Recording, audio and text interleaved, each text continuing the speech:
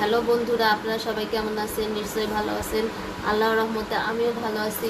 তো কি বলবো, আজকে আজকে আমার বান্ধবীর ম্যারেজ ডেট। তো সবাই ওর বাসায় দাওয়াত ছিল। তো রোজা রমজানের দিন, তারপরে দিনের বেলায় তো কোনো কিছু করা সম্ভব না। তো কি করব, সেজন্য চিন্তা করলাম, মানে রোজা রমজানের দিন আসলে সাজগোজ করা এটা আসলে খারাপ জিনিস। তো রাত্রের বেলায় আসলে রোজা তো না, তো দেখলাম বান্ধবী অনেক কষ্ট করে বিরিয়ানি রান্না করছে, অনেক কিছু রান্না করছে, না গেলেও সমস্যা। তো ছোটোখাটো একটা অনুষ্ঠান করবে, যত আমরা অনেকগুলো বন্ধু বান্ধব আছি সবাই মিলে আড্ডাটা করব।